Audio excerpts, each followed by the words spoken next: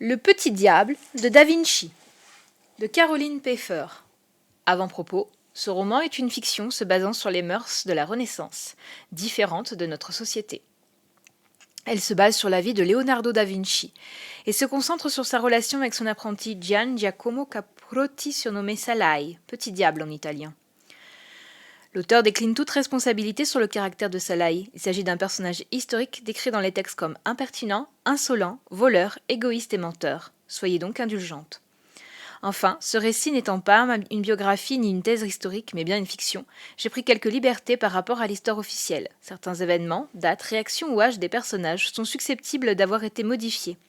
J'espère que mes amis historiens me pardonneront d'avoir joué avec l'histoire, et les autres aussi. Prologue. Porta Vercellina Milan, été 1495.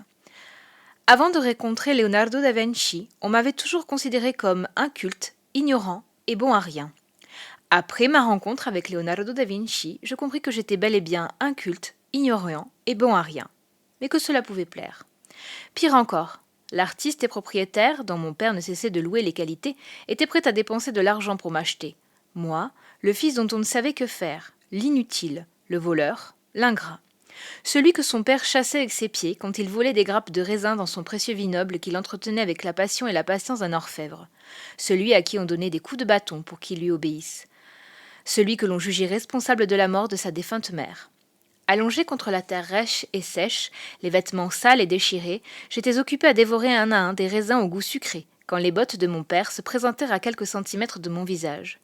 Nullement perturbée par son ombre, au-delà du fait qu'elle me masquait le soleil, ni par les perspectives de me recevoir des frappes de sa précieuse canne, je continuai de manger avec gloutonnerie, jusqu'à ce que ce cher Pietro se mette à hurler « Gian Giacomo, comment oses-tu » Toujours aussi imperturbable, ou trop habitué à ses hurlements et ses excès de colère, je pris le temps de terminer mon goûter avant de me relever. La terre collait mon pantalon, des restes de raisin s'agrippaient à mes ongles, et mes mains étaient rouges, tirant sur le mauve, à cause du fruit. Mon père se tenait droit, une main agrippée autour du pommeau de sa canne, le regard noir et furieux.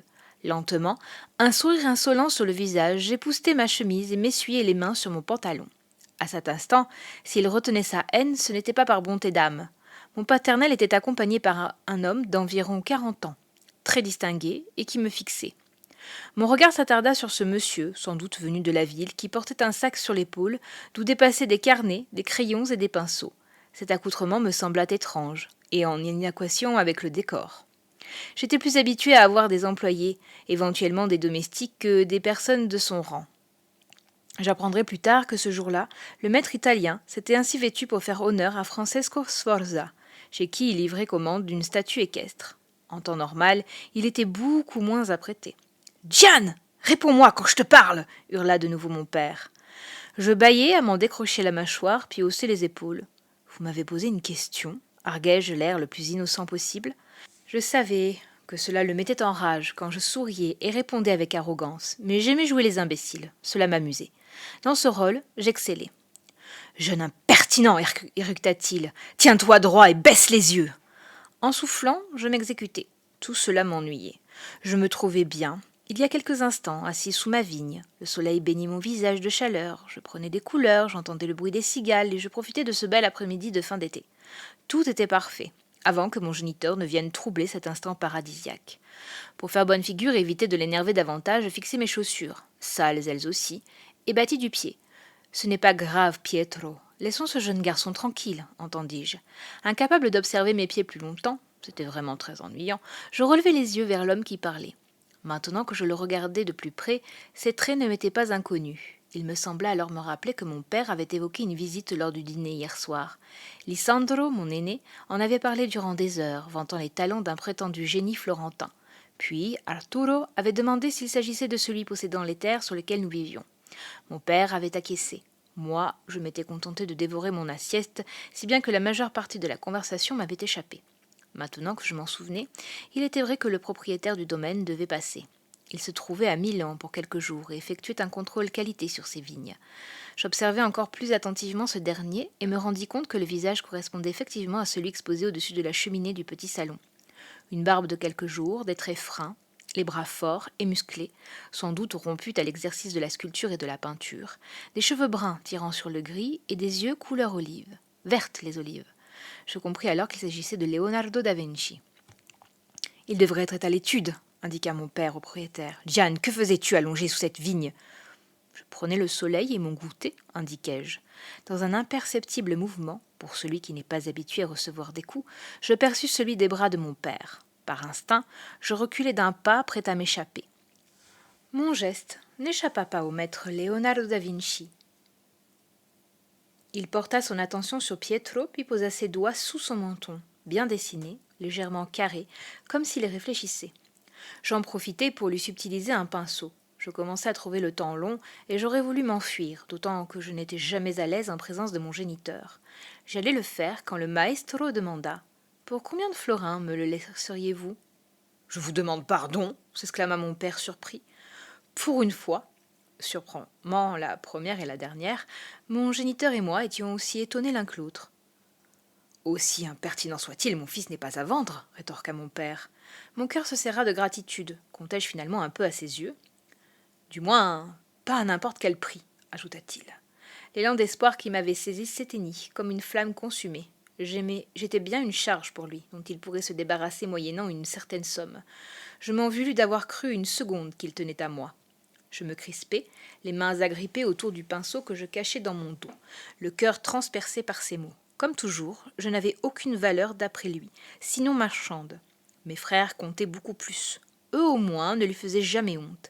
Lisandro reprendrait le vignoble, Arturo avait trouvé une place comme apprenti chez un riche banquier et épouserait certainement sa fille. Quant à moi, j'étais la chèvre boiteuse de la famille, celle dont on ne savait que faire, qui vous handicapait. Mon père avait bien tenté de m'éduquer religieusement dans un désir secret de me voir entrer dans les ordres, mais là aussi je l'avais déçu. La seule chose que je trouvais intéressante à l'église, c'était les hosties que je dévorais cachées derrière l'autel, ou bien les bougies que je m'amusais à faire tomber, une à une, dans l'espoir de mettre le feu à la bâtisse. Cet épisode m'avait valu les pires coups de bâton de ma vie. J'en gardais encore des cicatrices dans le dos. « Je ne vous parle pas de l'acheter, reprit Leonardo da Vinci. Je vous parle de me le confier, pour qu'il intègre la bottega et devienne mon apprenti. » Je relevai vivement la tête. Qu'avait-il dit ? Le visage de mon père changea. De stupéfait, ses yeux devinrent avides. Il reconsidéra Leonardo da Vinci. L'impression qu'il tenait à moi, que j'avais brièvement cru percevoir dans son étonnement, disparut presque aussi vite qu'elle était arrivée. Mon géniteur opina de la tête et caressa sa barbe. « Votre apprenti, répéta-t-il. Les yeux de mon père passèrent de Leonardo da Vinci à moi. Un mince sourire étira ses lèvres. Il soupira et laissa échapper un son qui ressemblait à un gloussement. Riait-il à mes dépens ? « Diane n'a aucun talent. Il brûlera votre atelier, s'il le peut. »« Je ne pense pas. »« Vous ne le connaissez pas, cet enfant est le diable sous les traits d'un ange. »« C'est ce que nous verrons, » trancha le maestro. « Combien ?» Tout en réfléchissant, mon père plissa les yeux. Sa main serrée autour du pommeau de sa canne, celle-ci brillait au soleil. Toute cette histoire commençait à me mettre mal à l'aise. J'avais de plus en plus envie de prendre mes jambes à mon cou et de trouver refuge dans la cave où nous entreposions les bouteilles de vin. Là-bas, je pourrais m'allonger sous un tonneau et boire tout mon soûl. Pendant que mon père et Leonardo da Vinci discutaient à voix basse, échangeant sur les termes d'un contrat potentiel, j'en profitais pour me rapprocher discrètement et lui chaparder un autre pinceau. J'ignorais à quoi il me servirait, mais j'avais toujours aimé posséder ce qui ne m'appartenait pas. Je les ajouterai à ma collection. « 20 florins, proposa mon père. Marché conclu. Le maître tendit sa main. Mon père la fixa, les yeux grands ouverts. J'ignorais la valeur de ce chiffre, mais en juger par la tête qu'affichait mon paternel, la somme était importante. Une brusque sensation d'oppression m'étreignit. Je reculai encore d'un pas, alors que Leonardo da Vinci déposait les pièces dans la pomme de Pietro. Mon estomac se serra. Mon père venait de me vendre. Voilà la seule chose que je retenais. Bien sûr, je savais que ce n'était pas la vérité. Il avait beau me juger inculte et têtu, parce que je refusais de me prêter à ces leçons avec le prêtre et le précepteur qu'il nous avait alloués, à moi et mes frères aînés, je n'étais pas aussi bête qu'il le croyait. Je savais que cet échange de monnaie signifie que j'allais intégrer un atelier d'artistes, ici, à Milan. Tout le monde connaissait la bottega, cet endroit où maîtres et élèves vivaient en collectivité et où ils fabriquaient et vendaient des œuvres pour répondre à des commandes. Mais je ne m'y étais jamais intéressée. Cela ne m'intéressait toujours pas d'ailleurs, en dehors du fait que je me demandais si je pourrais toujours boire et manger comme je le voulais. À l'époque, la seule chose qui m'importait, c'était de courir dans les vignes, de déstabiliser mes frères, de manger du raisin et tout ce qui me tombait sous la main, et de fuir avant mon père. Jamais, au grand jamais, je ne m'étais imaginé qu'un homme aussi réputé que celui-ci puisse proposer de me prendre en apprentissage. Cela signifiait-il que j'allais devenir un artiste moi aussi? À cette pensée, je me mis à rire. Mon père me lança un regard noir tout en comptant ses sous. Il semblait craindre que je mette mal à l'aise. Mon père me lança un regard noir tout en commençant à compter ses sous. Il semblait craindre que je mette à mal sa transaction et que le maître change d'avis par ma faute. Il me toisa comme pour me signifier, silencieusement, tout ce que je savais déjà. C'est-à-dire que je ne valais rien à ses yeux, à part quelques florins, et qu'il était soulagé de se débarrasser de moi et du poids que je représentais. Il rangea ses pièces à l'abri dans sa poche, craignant que je ne l'échapparde. J'aurais pu le faire, juste par esprit de vengeance. Une fois cette affaire rondement menée, il se tourna vers le maître. « Souhaitez-vous poursuivre la visite du domaine, maestro ?» Je pensais que Leonardo da Vinci accepterait, mais il secoua la tête et déclina la proposition. « J'aimerais m'entretenir une minute avec Gian, si vous le voulez bien. » Mon père hocha la tête. Une dernière fois, son regard balaya les cépages derrière moi, puis se posa sur ma personne. Ses yeux scrutèrent ma tenue négligée. Il serra les dents et les poings. Je le fixai, un petit sourire au coin des lèvres, le défiant de me frapper encore une fois avant de m'abandonner. Je dois tout de même vous prévenir, Gian est le pire enfant qui soit. Je doute qu'il se comporte en bon élève. Je me débrouillerai. Comme vous voudrez. Vous avez payé, après tout, il est à vous. Mon père fit demi-tour et disparut dans le chemin de vigne. Le domaine, au loin, s'ouvrait dans une immense vallée encerclée par les montagnes verdoyantes. Le soleil commençait à décliner derrière la bâtisse de pierre. Je le regardais s'éloigner et disparaître à l'horizon. Quand je me retournai, Leonardo da Vinci m'observait. Je fronçai les sourcils et croisai les bras. « Je vous obéirai pas, le prince. »« D'accord. Vous me frapperez pour que j'obéisse ? » ?»« Non. » Sa réponse me déstabilisa, mais je me ressaisis aussitôt. Il apprendrait bien vite que, sans réprimande, je n'avançais pas. Et avec non plus d'ailleurs. Cela ne paraissait toujours pas le perturber. Il venait de se saisir de son carnet ainsi que d'un crayon. « As-tu déjà dessiné ? » ?»« Non. »« Aimerais-tu apprendre ? » ?»« Non. » J'étais têtue. Mon père n'avait pas tort sur cela. « Ce n'est pas grave, je t'apprendrai quand même. » Je haussai les épaules. Si cela lui faisait plaisir de perdre son temps, le maître s'agenouilla pour être à ma hauteur. Sa main se posa sur mon épaule. Je reculai. Je n'aimais pas que l'on me touche. Dans son regard, il me semblait déceler un sentiment de pitié dont je ne voulais pas. Je détestais susciter de la compassion. « Tu m'as l'air farouche, sourit-il. »« Qu'est-ce que cela veut dire ?»« Sauvage, traduisit-il. » C'est ce que mon père dit aussi. Je croisai toujours les bras et le mis au défi de m'approcher encore. Il ne fit pas d'autre geste. À la place, il me fixa pendant de longues minutes avant de crayonner sur son petit carnet. Je l'observais faire, étonné de voir apparaître sur le papier ce qui ressemblait à mon esquisse. Leonardo da Vinci paraissait imperturbable, aussi concentré. « C'est moi ?» finis-je par demander curieux. Il ajouta des ailes au petit garçon qu'il dessinait. Je réalisai alors que cela ne pouvait pas être moi. Je ne possédais pas d'ailes, je ne ressemblais pas à un oiseau. Du reste, mes cheveux n'étaient pas aussi longs que ceux qu'il prêtait à mon portrait. « C'est toi », confirma pourtant le maître, ou plutôt « c'est toi, sous la forme d'un chérubin. » « Un ange ?»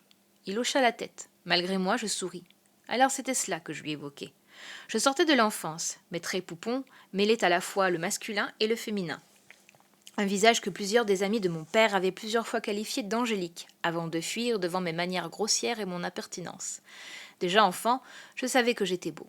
C'était là la seule qualité que je possédais. Durant la transaction, il m'était d'ailleurs venu à l'esprit que Leonardo da Vinci souhaitait peut-être m'acheter uniquement pour mon joli minois. Valait-il cher ? Si c'était le cas, je pourrais peut-être me marchander en grandissant. Le maître me tendit le dessin. Je décroisai enfin les bras et m'en saisis. « C'est pour toi », me dit-il. Je ne savais pas quoi répondre. Alors je ne répondis rien. « Tu crois que tu pourrais me rendre le pinceau que tu m'as pris tout à l'heure ?» Je fronçai les sourcils. Comment savait-il que je les lui avais volés ? M'avait-il vu les lui prendre ? En serrant les dents, vexé d'avoir été repéré, je fouillai dans la poche arrière de mon pantalon, tâchai et ressortis les pinceaux. « C'est à moi, prétendis-je. »« Tu aimerais qu'il soit à toi ?»« Non, c'est à moi, répétai-je. » Qu'il ose donc me contredire. Je le fixai outrageusement et avec insolence, m'attendant à ce qu'il se mette à crier ou qu'il tente de me battre. Il n'en fit rien. À la place, un sourire étira ses lèvres et para son visage de lumière vive. Ses yeux se mirent à pétiller. « Très bien. Si tu es si sûr de toi, j'ai dû me tromper. » Je continuai de serrer les pinceaux désormais indécis. Pourquoi ne m'accusait-il pas d'être un voleur ? J'avais presque envie de les lui rendre pour voir comment il réagirait. Il se releva, puis commença à s'éloigner. Je restai planté là, les pieds dans la terre, incapable de savoir quoi faire. Il avança de quelques pas jusqu'à arriver au bout de la ligne des vignes, puis il se retourna. Son sourire ne l'avait pas quitté. « Tu viens, Saladino ?» Dans mon esprit, je répétais en boucle ce même mot. Saladino, Saladino, Saladino. Petit diable. Enfin, quelqu'un qui me cernait vraiment. Cette fois, c'est mon sourire à moi qui s'agrandit. Après quelques secondes, je décidai de lui emboîter le pas. Ce jour-là, j'abandonnai le prénom de Gian Giacomo pour revêtir celui de Salai, donné par le maestro. Le soir, je quittai le domaine sans me retourner, laissant derrière moi cette vie pour devenir l'apprenti, le modèle et, bien plus tard, l'amant du peintre le plus illustre et célèbre que la terre ait compté.